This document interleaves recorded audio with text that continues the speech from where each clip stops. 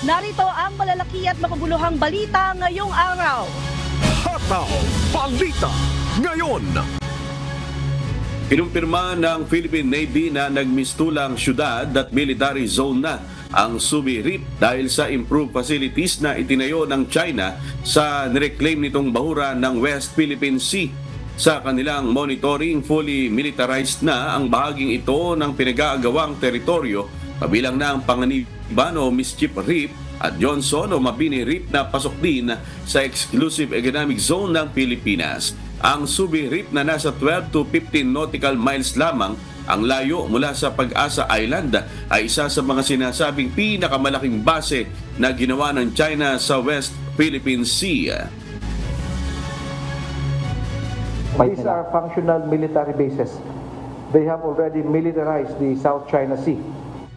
And then they started the reclamation activities in 2011, 2012, 2013. And then they started stationing military-grade equipment. They started putting up military communications on this island. They landed the first military aircraft. They placed in their harbor facilities for the PLA Navy ships, the Coast Guard and the Maritime Militia. They have militarized the South China Sea. Hataw Balita ngayon. Aprobado na ng COMELEC and Bank ang rekomendasyon ng kanilang Law Department na sampahan ng kasong kriminal si suspended Bamban Tarlac Mayor Alice Guo. Ito ay kaugnay ng pagsisinungaling nito sa kanyang Certificate of Candidacy o COC nang tumakbo siya bilang alkalde ng Bamban noong October 2021. Inadapt po ng COMELEC and Bank, unanimous, ibig sabihin lahat po kami, yung recommendation ng aming Law Department na mag-file ng formal complaint laban kay Mayor Alice Guo / Gua Waping, and therefore pinapasimulan po ang pagkukonduct ng preliminary investigation. Ang reklamo ay matapos ang isinagawang investigasyon ng COMELEC kung saan nagtugma ang fingerprints sa COC ni Mayor Guo sa fingerprints ng Chinese national na hawak ng National Bureau of Investigation o NBI. Tiniyak naman ng COMELEC na idadaan sa due process at bibigyan nila ng pagkakataon ng suspendidong alkalde na sagutin ang reklamong ihahain laban sa kanya. Wala pang tugon ng kampo ni Guo tungkol dito. Hataw Balita ngayon. Binigyang diin ni dating presidential spokesperson, Secretary Harry Roque, na malinaw na political harassment ang paglalabas ng Immigration Lookout Bulletin Order o ILBO ng Department of Justice laban sa kanya at sa 12 individual. Kaugnay nito ang ginagawang investigasyon sa issue ng illegal na operasyon ng POGO, partikular na ang Lucky South 99 at Whirlwind Corporation sa Porac, Pampanga. Sa isang pahayag, sinabi ni Atty. Roque na handa siyang harapin ang aligasyon laban sa kanya at walang dahilan para umalis siya ng bansa. Iginiit ni Roque na nais lamang siyang patahimikin bilang kritiko ng administrasyon. Sagot naman ni DOJ spokesperson ASEC Amico Clavano, hindi ito political harassment kundi hakbang para sa ginagawang investigasyon. And sa tingin naman ho natin, at the heat of it all, no, na dami na pong ahensya nag-investigate ito, PAOK, NBI, PNP, DOJ, pati na rin po ang Senado at ang Congress. It definitely is a point of interest. At kung nandun po yung pangalan nyo po and you're part of those being investigated, I don't see any reason why there's a problem or how that could be political harassment. Hataw Balita ngayon. Kalahating porsyento na ang nabawas sa mga text scam na natatanggap ng publiko mula ng paigtingin ng kampanya laban sa POGO ayon sa Department of Information and Communications Technology o DICT. Paliwanag ng kagawaran, may sistema kasi ang mga POGO na nagagamit sa pagpapakalat ng text messages na may mga link para mambiktima ng mga user, dahilan para marami ang maloko. Kaya naman ngayong inanunsyo na ni Pangulong Ferdinand Marcos Jr. ang total POGO ban sa bansa. Nakatulong ito para mabawasan ang mga text scam. Kasi ho, ang Pogo, intindihin ho natin na susceptible ho talaga siya maging scam hubs because they operate ho yung mga nila, BPOs nila, yung business process outsourcing ho nila. So dito sa mga BPO component ho ng mga Pogos, dito talaga nagtatago yung mga illegal na aktibidades ho ng mga scam syndicates po. Hataw Balita ngayon. Muling sinailalim ang Bataan sa state of calamity dahil sa epekto ng oil spill dulot ng lumubog na mga motor tankers sa probinsya. Nauna nang nagdeklara ng state of calamity sa lalawigan noong July 24 dahil sa hagupit ng bagyong Karina na pinalakas ng habagat. Ayon kay Bataan Governor Joet Garcia, ang ginawa ng lalawigan ay hakbang dahil sa pinsalang dala ng oil spill na nararanasan ng nasa mahigit 17,000 na mga mangingisda. Dagdag pa ng gobernador, makatutulong ang deklarasyon para magkaroon ng dagdag na pondo ang lokal na pamahalaan na magagamit sa pagpapatupad ng mabisang hakbang sa pagsugpo ng pinsalang dala ng oil spill sa lugar at agarang makapagbigay ng tulong sa mga apektadong residente. Hataw Balita ngayon. Nasa mahigit 100 opisyal ng Sangguniang Kabataan o SK mula sa San Carlos City, Pangasinan ang isinugod sa ospital sa Olongapo City dahil sa umano'y food poisoning kahapon, August 6. Ayon sa Subic Bay Metropolitan Authority o SBMA, ang 127 na biktima ay bahagi ng Gender and Development o GAD seminar na ginanap sa Travelers Hotel. Ang seminar na inorganisa ng lokal na pamahalaan ng San Carlos City sa Pangasinan ay dinaluhan naman ng mahigit 300 na mga kalahok, kabilang na ang alkalde ng lungsod. Naganap ang insidente pagkaraan ng tanghalian ng ang ilan sa mga biktima ay nakaranas ng pagsusuka o diarrhea. 66 sa mga biktima ay na-admit na sa ospital habang ang ilan naman ay pinalabas na matapos uminom ng ilang mga gamot. Dahil sa insidente, napuno ang karamihan ng mga ospital sa lugar, kabilang na ang James L. Gordon Memorial Hospital, Bay Point Hospital at St. Jude. Kasalukuyang iniimbestigahan naman ng Subic Bay Metropolitan Authority sa pangunguna ng Public Health and Safety Department, Fire Department at Law Enforcement Department ang insidente. Sasagutin naman umano ng hotel ang mga gastusin sa pagpapagamot ng mga biktima. Hataw Balita ngayon. Dahil sa karangalang ibinigay sa bansa, inihahanda na ng lungsod ng Maynila ang gagawin nitong Heroes Welcome para sa Tubong Maynila at two-time Olympic gold medalist na si Carlos Yulo. Ayon kay Manila Mayor Hani Lacuna, ang Grand Parade na gagawin ay magsisimula sa Leberisa Street sa Malate, kung saan lumaki si Kaloy. Bukod sa Grand Heroes Welcome, makatatanggap din si Yulo ng 2 million pesos na cash reward mula sa lungsod. Samantala, hindi man makapag-uuwi ng medalya, isang Heroes Welcome pa rin ang inihahanda ng lungsod ng Maynila para sa isa pang atletang Manileño na lumahok sa 2024 Paris Olympics na si EJ Obiena. Ayon kay Mayor Lacuna, kinikilala ng pamahalaang lungsod ang pagsusumikap ni Obiena at ang katangi-tangi nitong performance sa men's pole vault finals. Gaya ni Yulo, makatatanggap din ng cash reward si Obiena bilang pasasalamat ng Maynila sa dala nitong inspirasyon sa mga batang atleta sa lungsod at sa buong bansa. Nakuha ni Obiena ang ika-4 na pwesto sa men's pole vault finals sa 2024 Paris Olympics. Hataw Balita ngayon.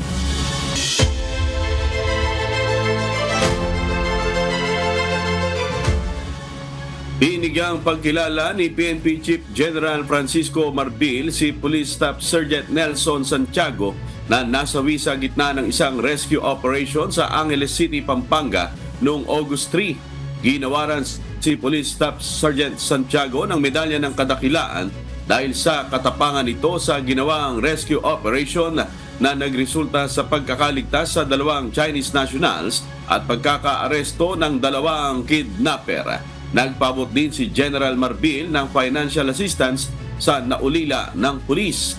Samantala, medalya ng kadakilaan at medalya ng sugatang magiting naman ang iginawad ni PNP Chief kay Police Chief Master Sergeant Eden Acad na nagtamo ng injury dahil din sa naturang rescue operation.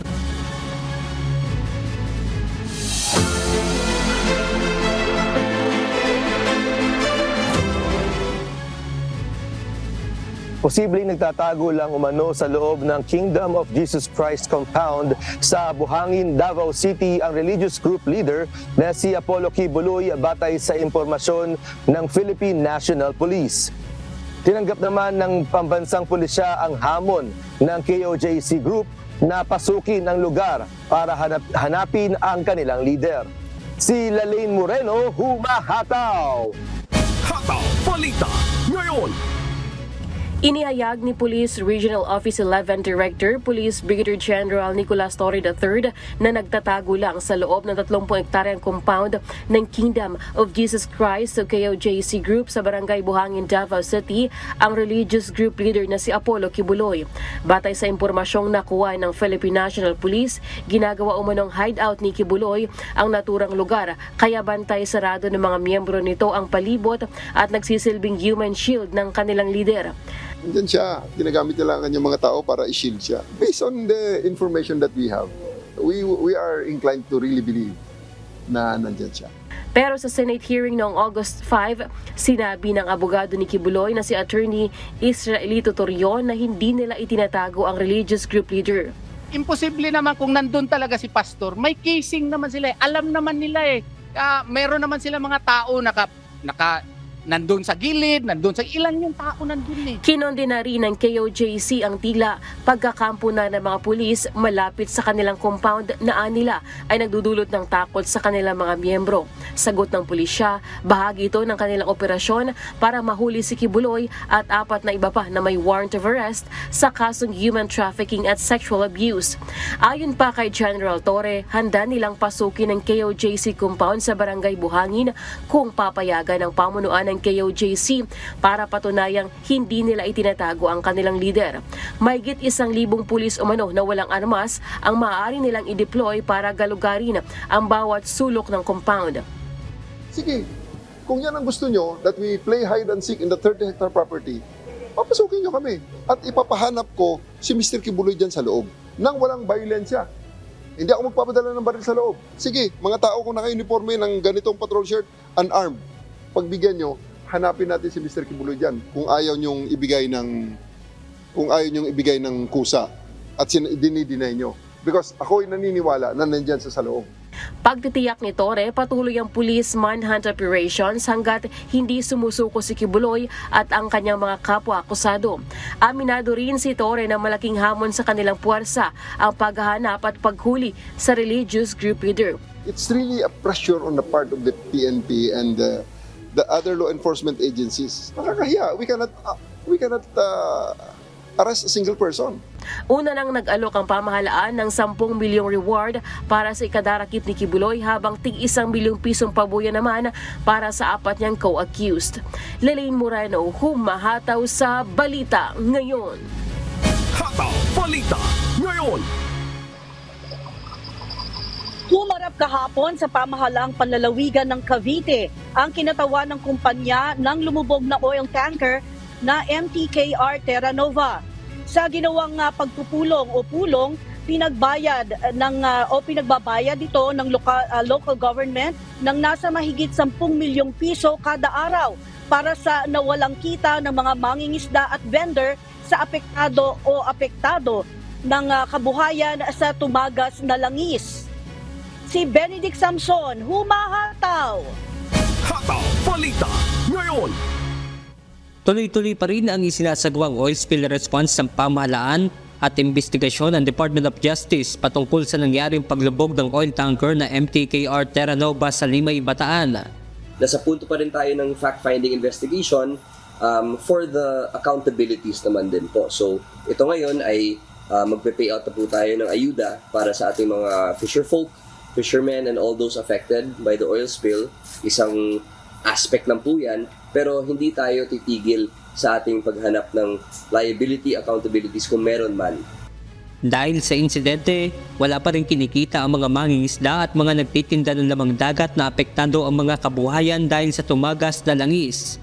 Sa Cavite, nasa 31,000 na ang apektado buhat ng umiran ng no-catch zone at no-sell zone sa lalawigan.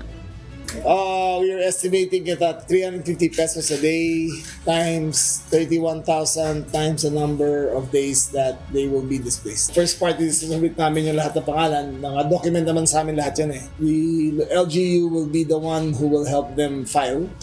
Will help them file their claims. And then hopefully they said that they can have it done maybe within the first 3 months makaka-payout sila.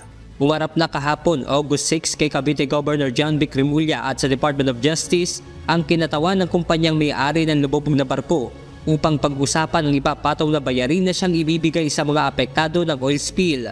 At huwag kayong mag-alala na ang insurance ito ang katapusan sa mga problema nyo. Wala ho kaming arigluhan, wala ho kaming usapan. Kung merong pananagutan na kriminal sa nangyari sa Terra Nova, ay mananagot sila.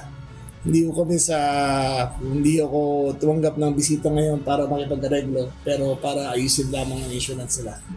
Payo naman ng Department of Justice o DOJ sa iba pang lalawigan na apektado ng oil spill na kaagad na nilang ihanda ang listahan ng claimants ng ayuda upang mapabilis ang proseso nito. Sa ngayon, hindi pa rin isinasantabi ng DOJ ang usapin na sangkot umano sa paihi system ang naturang barko. So far, the red flags are on its face. Kumbaga parang doon pa lang sa kwento ng PCG, kung ano talaga ang nangyari doon sa oil spill, meron na tayo nakikita mga irregularities. Kagaya ng siguro isa doon, yung isang barko doon ay malapit lang sa shore kahit matagal na siyang nakabiyahe. So, nandun lang siya, nakapark, kumbaga, at may katabi pa siyang isang barko.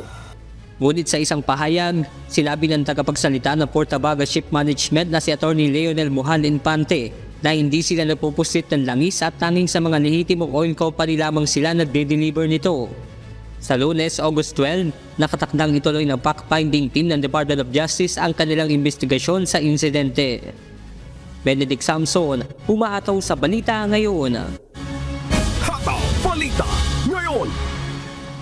Lumabas sa isinagawang sensory evaluation ng Bureau of Fisheries and Aquatic Resources o BFAR na negatibo sa bakas ng langis ang samples ng isda at lamang dagat na nakuha sa mga palaisdaan at mga pondohan sa mga probinsya ng Bataan, Pampanga at Bulacan. Si Nestor Torres humahataw. Hataw Balita Ngayon. Nilinaw ng Bureau of Fisheries and Aquatic Resources Region 3 na walang lasa o amoy ng langis ang mga isda na nakuha nila sa Bulacan at iba pang karating lalawigan. Batay sa resulta ng isinagawang sensory evaluation ng ahensya sa nakuwang samples ng isda sa mga naturang lugar, walang lasa o amoy ng langis kaya ligtas itong kainin. Kabilang sa kanilang nasuri ay ang mga isda sa Pampanga, Bataan at Bulacan, partikular sa Malolos, Hagonoy at Paumbong.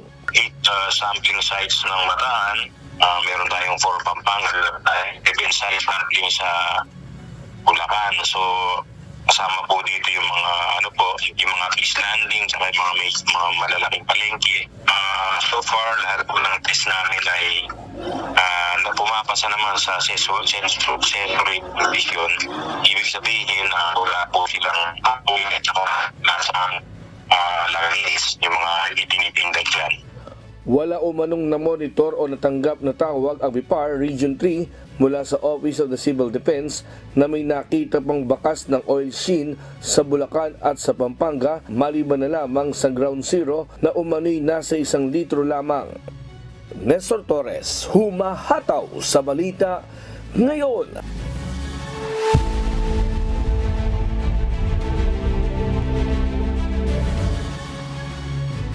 Pinili ni Democratic Presidential Candidate Kamala Harris ang gobernador ng Minnesota na si Tim Walz upang maging running mate nito sa darating na eleksyon ngayong taon, laban kay former US President Donald Trump. Ito ang humahataw na balita ni Jazz Masakayan. Hataw Balita Ngayon. Inihayag ni Democratic presidential candidate Kamala Harris na si Minnesota Governor Tim Walz ang magiging running mate nito sa darating na eleksyon sa Nobyembre. Sa social media platform na X, ibinida ni Harris ang kakayahan at karanasan ni Walz sa kaniya na ring pagtulong sa working family sa Estados Unidos, kaalinsabay ng paghingi ng suporta sa Democrats para sa kanilang kampanya. Sinabi naman ni Governor Walz na all-in siya sa kampanya ni Harris at tinawag ito bilang honor of a lifetime. Bilang gobernador ng Minnesota, kilala si Walz sa pagpapatupad ng free school meals, paglaban sa climate change at tax cut para sa middle class, kaalinsabay ng pagpapalawig sa paid leave para sa mga Minnesota workers. Samantala, suportado naman ni US President Joe Biden ang kampanya ni Harris at Walz. Sinabi niya ang Harris-Walz ticket ay magiging makapangyarihang boses para sa mga manggagawa at middle class ng Amerika. Kaalinsabay nito ang panawagan sa lahat ng Democrats na magkaisa at suportahan ang Harris-Walz ticket. Partikular na aniya ang lahat ng Amerikanong naniniwala sa kalayaan, demokrasya at American leadership. Jazz Masakayan, humahataw sa Balita Ngayon. Hataw Balita Ngayon. Idinaan sa protesta ng mga estudyante sa Bangladesh ang panawagan para iluklok ang Nobel laureate na si Muhammad Yunus na kilala bilang banker to the poor, bilang bagong pansamantalang pinuno ng pamahalaan. Ito ang humahataw na balita ni Axis Salem. Hataw Balita Ngayon. Nag-organisa ng kilos protesta ang mga estudyante sa Bangladesh at nanawagang pansamantalang pamunuan ni Nobel Peace Prize laureate na si Muhammad Yunus ang pamahalaan matapos magbitiw si Sheikh Hasina at tumakas sa bansa. Ayon kay Nahid Islam, isang sociology student, na pumayag si Dr. Yunus na pansamantalang pamunuan ang gobyerno at hinikayat na bumuo ng isang pansamantalang pamahalaan. Inihayag ni Pangulong Shahabuddin ang pagbuwag ng parlamento kasunod ng pulong sa pagitan ng mga organizer ng protesta at ng hepe ng hukbo na nagpapatunay sa agarang pagtanggal sa nakaraang halalan. Si Yunus, 84 na taong gulang, isang Nobel Peace Prize winning microlender pioneer, ay pinangalanan bilang isang potensyal na punong tagapayo para sa iminumungkahing pansamantalang pamahalaan sa Bangladesh sa kabila ng pagharap sa mga akusasyon ng katiwalian at political motivation. Tinanggap naman ni Yunus ang kahilingan ng mga mag-aaral na maglingkod bilang pansamantalang tagapayo ng pamahalaan at plano na bumalik sa Bangladesh pagkatapos ng isang minor medical procedure sa Paris. Pansamantalang pinamunuan ni Army Chief General Waqar-uz-Zaman ang Bangladesh matapos alisin si Hasina at nakipag-usap sa mga pangunahing partidong pampolitika at nagpahayag ng pansamantalang pamahalaan. Nangako siyang iimbestigahan ang pagkasawi ng nasa 135 individual mula noong kalagitnaan ng Hulyo, isang talaan ng pinakamasamang karahasan sa Bangladesh mula noong 1971. Axis Salem, humahataw sa Balita Ngayon! Hataw Balita Ngayon! Hinatulan ng isang korte sa Tunisia ng pagkakakulong at pinagbabawalang tumakbo sa October 2024 elections ang ilang mga prominenteng tao sa bansa. Ayon sa mga kritiko, ang hakbang na ito ay naglalayong maiwasan ang pagtakbo ng mga posibleng kumalaban sa kasalukuyang presidente na si Kais Saied. Ito ang mahataw na balita ni Early Briones. Hataw Balita Ngayon. Naglabas ng hatol noong August 5 ang isang korte sa Tunisia laban sa ilang mga prominenteng tao na nagnanais tumakbo sa halalan sa nasabing bansa sa darating na October elections ngayong taon. Kabilang sa mga hinatulan ng 8 buwang pagkabilanggo ay ang prominenteng politiko na si Abdel Latif Meki, aktivistang si Nizar Chaari, Judge Moorad Masoudi at Adel Doo sa kasong vote buying. Hinatulan din ng 2 taong pagkabilanggo ang isa sa mga kilalang miyembro ng oposisyon na si Abir Mousi na simulang nakakulong noong Oktubre ng nakaraang taon sa kasong pang-iinsulto sa Election Commission ng bansa. Maliban sa pagkakabilanggo, pinagbawalan ding tumakbo ang lahat sa darating na October 1 election. Kaya naman inakusahan ng ilang miyembro ng oposisyon ang kasalukuyang pamahalaan ng pagpipressure nito sa judiciary system ng bansa upang hatulan ng mga taong nagnanais kalabanin si Said sa 2024 elections. Subalit ito na may itinanggi ng kasalukuyang presidente ng bansa. Ayon kay Said, walang katotohanan ang mga paratang ng oposisyon at walang restriction sa mga gustong kumalaban sa kanya sa nalalapit na halalan. Early Briones, humahataw sa balita ngayon. Hataw Balita ngayon. Inanunsyo ng mga opisyal sa Western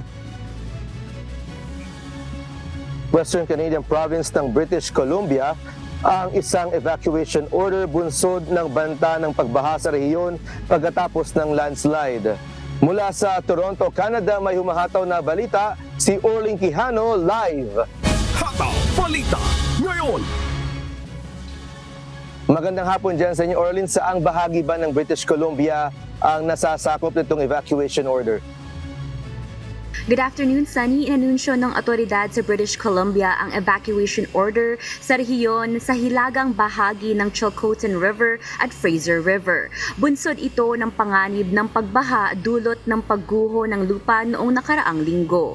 Ayon sa mga opisyal ng Carribo Regional District, dapat umalis na kaagad ang mga residente at ang mga taong pipiliing manatili ay gagawin ito at their own risk. Samantala, naglabas naman ang babala ang River Forecast Center para sa Chilcotin River sa itaas at sa ibaba ng agos ng landslide malapit sa Farwell Canyon. Ang evacuation order na ito ay sumasakop sa 3.5 square kilometers sa area sa Western Province ng British Columbia. At yan ang latest update. Balik sa'yo, Sunny. Oo, iba-iba yung mga nangyayaring mga weather phenomena dito sa lugar natin sa North America, no? May mga bagyo at mga wildfire. Pero dyan ba sa lugar ng British Columbia or madalas bang nangyayari itong pagbaha sa probinsya? Oo, Sanya, most communities sa British Columbia, which is west from where we are right now dito sa Toronto, medyo malayo, dun sa kabilang parte ng Canada, talagang exposed sila sa flood risk. Kaya ang ginagawa ng provincial government doon ay meron silang Provincial Flood Emergency Plan kung saan nakadetalye yung mga responsibilidad ng provincial government, local authorities, pati na rin ang mga First Nation peoples para may clear na roles at responsibilities kung sakaling mang magkaroon ng emergency flooding para alam ng mga departments na yon kung ano ang gagawin nilang response at recovery efforts. Sunny? Magandang idea yan. Sige, salamat sa update. Orling Quijano mula naman dyan sa Toronto, Canada. Hataw Balita ngayon. Dumating naman ang Hurricane Debbie sa Florida, USA bilang Category 1 na bagyo. Inaasahan naman ng mga otoridad na magtatagal pa ito sa nasabing lugar, pati na sa Georgia at Carolina. Ito ang humahataw na balita ni Abby Valdez. Hataw Balita ngayon. Naglandfall na ang Hurricane Debbie bandang umaga noong August 5 sa Big Bend ng Florida bilang isang Category 1 na bagyo kahit na ito ay bumaba na sa pagiging isang tropical storm. Nasa ilalim pa rin ng alerts ang Florida, Southeast Georgia at ang South Carolina. Inaasahan na hihina ang malakas na wind gust ni Debbie, ngunit ayon sa National Hurricane Center, ang bagyo ay may dalang potensyal na makasaysayang tropical rainstorm na may mapangwasak na pagbaha. Nagsimula si Debbie sa Northeast Florida bago ito lumipat patungong Southern Georgia, subalit ang malakas na pag-ulan at pagbaha ay magpapatuloy sa Jacksonville, Florida at sa Savannah, Georgia at Charleston, South Carolina. Nakadepende sa track at bilis ng bagyo kung saan susunod na tatama si Debbie at may iba't ibang modelo na lumalabas kung saan maaaring hilahin na jet stream patungong Hilaga ang bagyo o kung saan kalaunan ay mawala na lamang ito sa southeastern US. Abby Valdez, humahataw sa balita ngayon.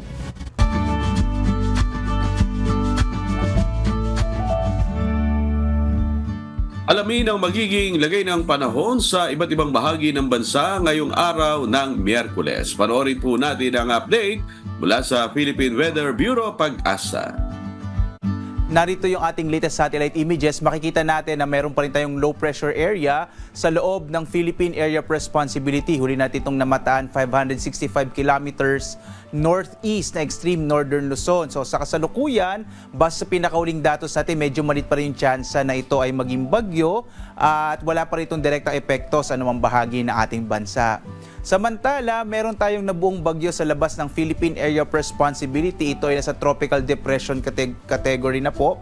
Ang ibig sabihin nito sa iba't ibang mga kategorya ng mga bagyo, yung tropical depression, yung pinakamahina, unang kategorya ng mga tropical cyclone. Mapapansin natin, wala pang local name itong tropical depression dahil ito ay nasa labas ng Philippine Area of Responsibility. Wala rin itong international name dahil ang mga bagyo na nasa tropical storm category, yung mga bagyo na binibigyan natin ng international names. So, sa ngayon, isa pa lamang siyang tropical depression mula low pressure area, naging tropical depression na or nag-iisang bagyo na nga itong low pressure area na huling namataan, mahigit 2,000 kilometro east northeast extreme northern Luzon. Muli nasa labas ito ng Philippine Area of Responsibility. Walang direktang epekto sa anumang bahagi nating bansa at ang kanyang lakas ay nasa 55 kilometers per hour at ang pagbugso niya ay nasa 70 kilometers per hour. Halos stationary o hindi masyadong kumikilos itong bagyong ito. Pero inaasahan natin na sa mga susunod na araw ito ay kikilos patungo sa may bahagi naman ng bansang Japan. At wala rin direktang epekto sa anumang bahagi ng ating bansa itong tropical depression na nasa labas ng Philippine Area of Responsibility. Maliit din yung tsansa na ito ay pumasok ng Philippine Area of Responsibility. So sa ngayon, ang pinaka nakaka-apekto sa ating bansa ay ang southwest monsoon o yung tinatawag pa rin nating hanging habagat. At ito magdadala ng mga pag-ulan, lalong-lalo na dito sa may western section ng central at southern Luzon. So asahan pa rin natin yung mga pag-ulan, lalong-lalo na dyan sa may bahagi ng Bataan, Zambales, Occidental Mindoro at dito sa may area ng Palawan. Sa ibang bahagi ng ating bansa, patuloy pa rin makararanas ng mga isolated o pulupulong pag-ulan, pagkilat, pagkulog sa hapon hanggang sa gabi. Ito yung mararanasan sa malaking bahagi ng Luzon at gayon din sa Visayas at sa Mindanao. Posible din yung mga pag-ulan sa madaling araw. Ito yung mga early morning rain showers na isa sa mga katangian ng southwest monsoon o habagat. So patuloy tayong magbibigay na update, lalong-lalo na dito sa mga binabantayan natin na iba't ibang mga weather systems. Asahan pa rin natin na sa mga susunod na araw, patuloy yung epekto ng hanging habagat, lalong-lalo na sa may western section ng Luzon, yung particular na nga yung area ng Bataan, Zambales, gayon din sa may area ng Ilocos region. Sa ngayon nga, wala pa rin tayong nakataas na gale warning. So ibig sabihin, ligtas pa rin pumalawat ang mga sakyang pandagat at malilit na mga bangka sa mga baybayin ng ating bansa. Hindi natin inaasahan na magiging malalakas yung mga pag-alon ng karagatan. Liban na lamang kung minsan ay meron tayong mga thunderstorms na biglang nagtitrigger ito ng mga malalakas na pag-alon. So iba yung pag-ingat pa rin, lalo na sa mga malilit na mga sakyang pandagat. Samantala, ang araw natin ay sisikat mamayang 5:41 na umaga at lulubog 6:23 ng gabi. At napanood po natin ang update mula kay Pag-asa Weather Specialist Obet Badrina. Tandaan, sa bawat araw na ating nasisilayan, tayo magpasalamat sa Diyos na may lalang.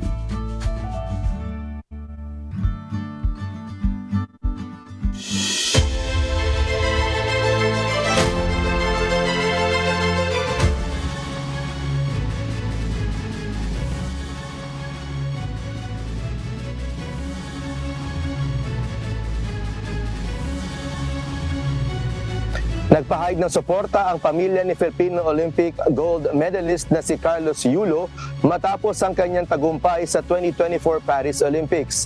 Nanawagan naman ang kanyang lola sa publiko na tigilan na ang pagpapakalat ng fake news laban sa kanilang pamilya. Si Harry Ilagan humahataw.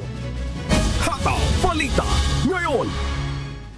Matapos manalo ni gold medalist Carlos Yulo sa Paris Olympics, kaliwat kanan ang naging pambabatikos ang natanggap ng kanyang pamilya sa social media. Ayon sa lola ni Kaloy, hindi totoo lahat ng kumakalat sa balita sa social media. Sa pakiramdam, sobrang saya. Proud sa kanya. Masaya naman kami. Kahit na maraming lumalabas na balitang hindi maganda tungkol sa mama niya, masaya kami. Kaya lang talaga, hindi namin maipakita sa mukha namin yung kasayahan namin. Ayon naman sa pahayag ni Lolo Rodrigo Frisco, 2022 pa, huling umuwi sa kanila ang kanilang apo na si Kaloy. Lahat ng mararamdaman ng elders or ng parents, sobrang saya. Sana manatili siyang mababang loob, simple person. Kami masayang masaya pero matagal na siya hindi napunta dito. Yung balita din itinakwil namin, hindi. Araw-araw hinihintay namin. Super proud naman ang kapatid ni Kaloy sa pagkapanalo nito sa Olympics.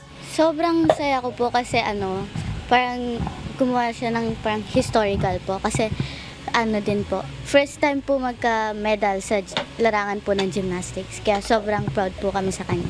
Congrats kuya sa accomplishments mo. Nananawagan naman ang lola ng Olympic gold medalist sa mga bumabati ko sa ina nito na itigil na ang paninira at pambabasa kanila sa social media. Sa mga bashers na nagkokomento sa anak ko, tigilan na ninyo kasi lahat ng mga sinasabi ninyo hindi maganda, nakakasira lang. Hari Ilagan, humahataw sa balita ngayon.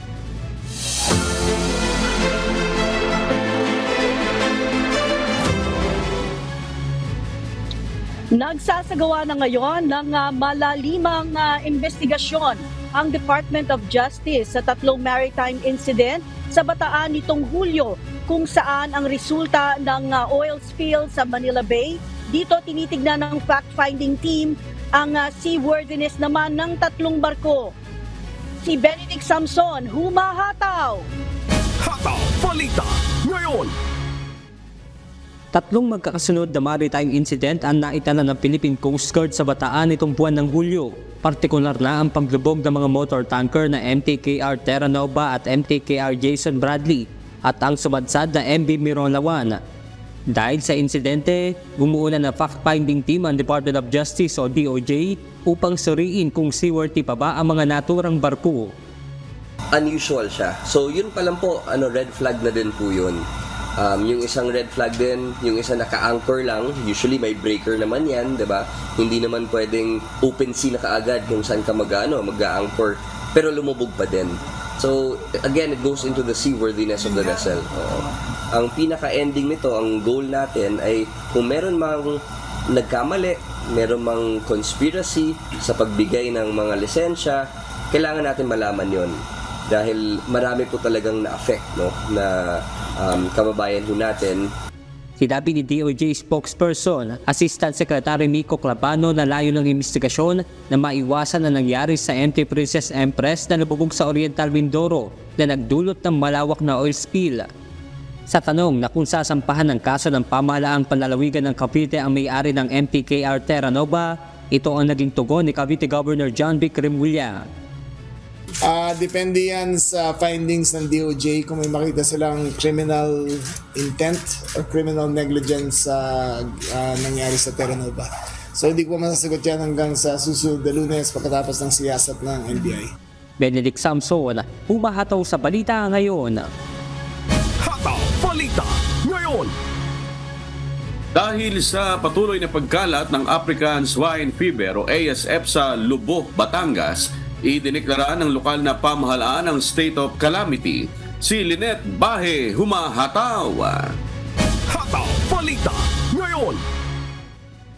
Sa gitna ng kumakalat na outbreak ng African Swine Fever o ASF, nagdeklara na ng state of calamity ang bayan ng Lobo, Batangas kahapon, August 6. Ginawa ito sa isang pulong na dinaluhan ng mahigit 500 hog raisers sa bayan bilang tugon sa pagtaas ng mga kaso ng naaapektuhan ng sakit. Sa kabuang 26 na barangay sa bayan, 17 ang nakapagtala ng positibong kaso ng ASF. Nakipagtulungan na ang lokal na pamahalaan sa Bureau of Animal Industry upang masimula ng culling operation sa mga baboy ng apektadong lugar.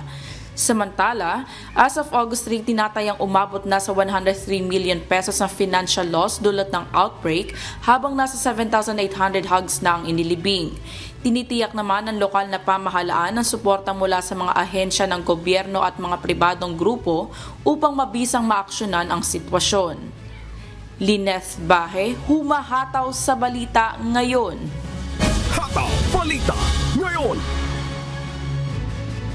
Balik serbisyo na si Bohol Governor Enrico Aumentado at iba pang 30 opisyal sa probinsya matapos masuspindi ng 2 buwan kasabay ng investigasyon sa nag-viral na resort sa Bohol na pinayagang itayo sa gitna ng Chocolate Hills na isang UNESCO World Heritage Site.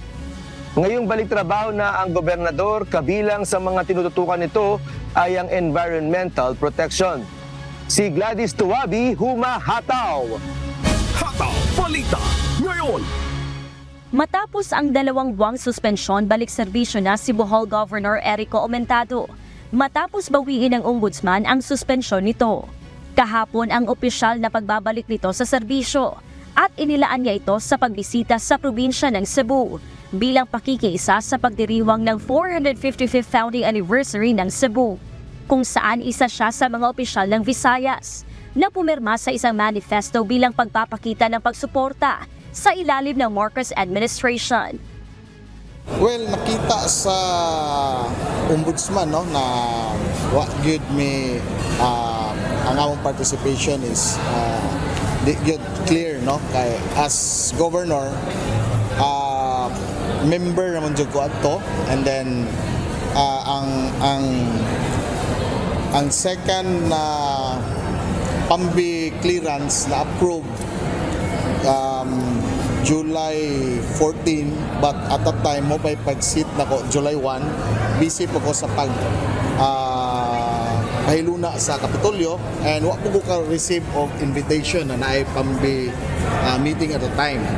And kung i-base adong 2018 na PAMBI resolution, congressman po ko at that time. July 31 nang lumabas ang utos mula sa ombudsman at natanggap ng panig ni Aumentado ang digital copy noong nakaraang Biyernes. Aabot pa sana hanggang Nobyembre ang suspensyon ng gobernador na nagsimula noong May 28 upang bigyang daan ang investigasyon sa nag-viral na resort sa Bohol na pinayagang itayo sa gitna ng Chocolate Hills na isang UNESCO World Heritage Site. Ato lang gitubag ang tanang mga complaint sheets sa gihatag sa ombudsman. Ato lang ipang comply mga documents, and usas rason na nahatagan tag preventive suspension tungod kay dihay mga gipangayong dokumento na wa na tubag sa Kapitolyo tungod kay kanang mga dokumentuha pod dili pod wa pod sa mua, so naas DNR ang mga dokumento kay ang PAMBI or mga clearances or mga permittee di man gid moagi sa governor's office or sa provincial government. Bukod sa gobernador, 30 opisyal pa sa probinsya na kinabibilangan ng mga alkalde at mga kapitan ng barangay ang balik serbisyo na, matapos tanggapin ng ombudsman ang paliwanag ng mga ito hinggil sa issue. Sa kanyang pagbabalik, nangako ang gobernador na pangangalagaan ito ang kapaligiran ng lalawigang pinaglilingkuran at hindi lang siya aasa sa Department of Environment and Natural Resources sa pagbabantay sa mga protektadong lugar sa Bohol. Well, nakalingkawas sa Kagool, and I learned some lesson na kinlanon gud na ato yung tutukan ang mga kabahin sa protected area. Kung unsay may tungod sa protected area, ato na nang tutukan na di na to pasagdan ang DNR lang, no? Kay purag ma-involved ang tanan kung maato lang pasagdan. Kasunod sa nangyaring suspensyon, inilahad ni Bohol Governor Aumentado na lalo pang tututukan nito ang isyong pangkalikasan o pangkapaligiran at titingnan ang mga establishmentong posibleng lumabag sa batas. Gladys Tuwabi, humahataw sa balita ngayon.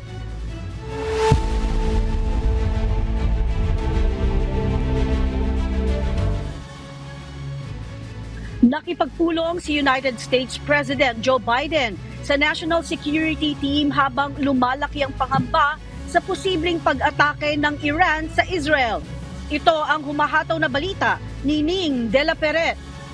Hataw Balita ngayon. Nakipagpulong si United States President Joe Biden sa kanyang Senior National Security Team noong August 5 kaugnay ng posibleng pag-atake ng Iranian forces sa Israel. Sinabi ni Biden na binigyan siya ng ilang impormasyon tungkol sa mga paghahanda upang suportahan ng Israel sakaling atakihin ito, habang sinabi ni Secretary of State Antony Blinken na ang mga opisyal ay nagtatrabaho buong araw upang maiwasan ang pagdala ng sitwasyon. Tumaas ang tensyon simula noong nakaraan linggo kasunod ng pagpaslang sa political leader ng Hamas na si Ismail Haniyeh, kung saan sinisisi ng Iran ang Israel at nangako ng matinding paghihiganti. Hindi pa rin inaamin ng Israel ang pananagutan sa nasabing insidente. Sa isang pahayag na inilabas pagkatapos ng meeting, sinabi ni Biden na nakatanggap sila ng mga update tungkol sa mga paghahanda ng Iran at ng mga kakampi nito sa maaring pag-atake muli sa Israel. Sinabi naman ni Blinken na ang tigil putukan o ceasefire ang magbubukas ng mga posibilidad para maging kalmado hindi lamang sa Gaza, kundi sa iba pang mga lugar kung saan maaaring kumalat ang gulo.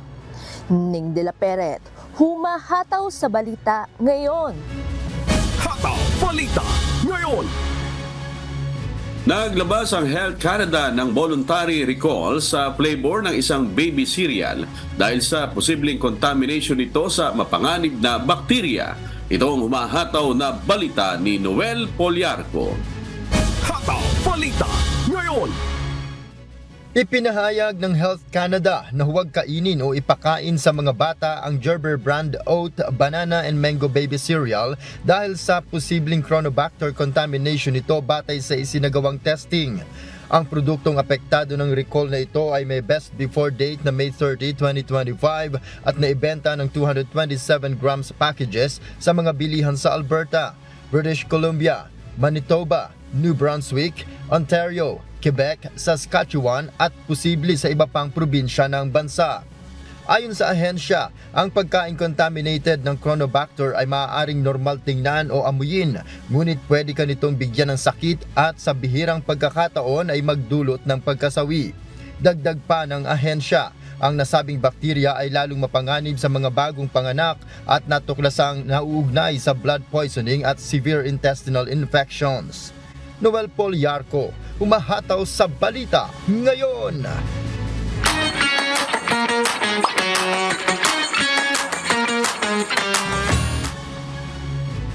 Iimbitado ang lahat ng alumni of Philippine universities and colleges sa gaganaping homecoming sa konsulado sa New Jersey, USA.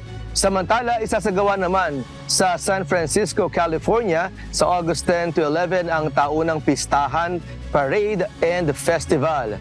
Ito ang humahataw na balita ni Lynn Perez. Hataw Balita Ngayon! What's up, kabayan? Iniimbitahan ang lahat ng alumni ng Philippine universities at colleges sa isasagawang homecoming sa konsulado na may temang magkaisa sa bagong Pilipinas.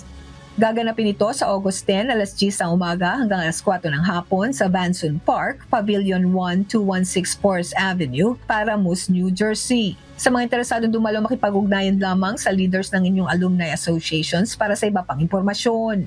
Gaganapin naman ng taunang pistahan, parade and festival sa San Francisco, California sa August 10 to 11, alas 11 ng umaga hanggang alas 5 ng hapon. Ito ang pinakamalaking selebrasyon ng Filipino community sa Estados Unidos. Magkakaroon dito ng cultural performers, musical groups, floats at iba pa. Libre ang admission kaya isama ang pamilya at mga kaibigan upang ipagdiwang ang kulturang Pilipino. Naglabas naman ng listahan ng mga newly arrived passports sa Philippine Embassy sa Oman. Maaari ninyong i-claim ang inyong mga passport sa embahada mula Linggo hanggang Huwebes, alas 8 ng umaga hanggang alas 2 ng hapon. Huwag kalimutang dalhin ang inyong resibo at old passport at authorization letter kung hindi naman mismong passport holder ang magki-claim. Magsasagawa naman ng Consular Mobile Mission sa Brisbane, Australia sa September 9 to 12 sa Calam Vale Hotel. Sa mga kinakailangan ng passport appointments, mag-email lamang sa mobilemission@philembassy.org.au na may subject na request for passport appointment, Brisbane Mission hanggang September 2. Para sa kumpletong impormasyon, bumisita lamang sa official Facebook page ng Philippine Embassy sa Australia sa facebook.com/PH in Australia. Lynn Perez, sumahataw sa balita ngayon.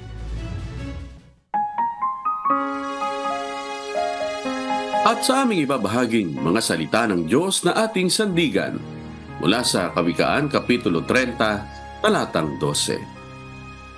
May lahi na malinis sa harap ng kanilang sariling mga mata at gayunman ay hindi hugas sa kanilang karumihan.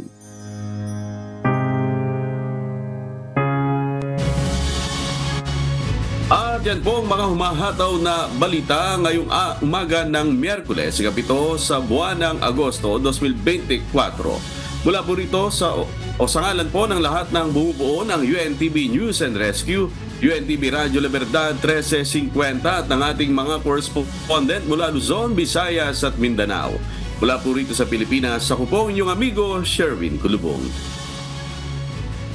At yan po ang mga humahataw na balita sa iba't ibang panig ng mundo ngayong Wednesday morning, August 7, 2024. Mula naman dito sa Torrance, California, USA, ako si Sunny Cos. At ako naman po si Marie Peñaranda mula dito sa Round Rock, Texas, USA. At dito sa UNTV at sa UNTV Radio La Verdad 1350. Diyos ang aming sandigan, serbisyo publiko ang aming pinahahalagahan. Susunod na po ang Good Morning Kuya.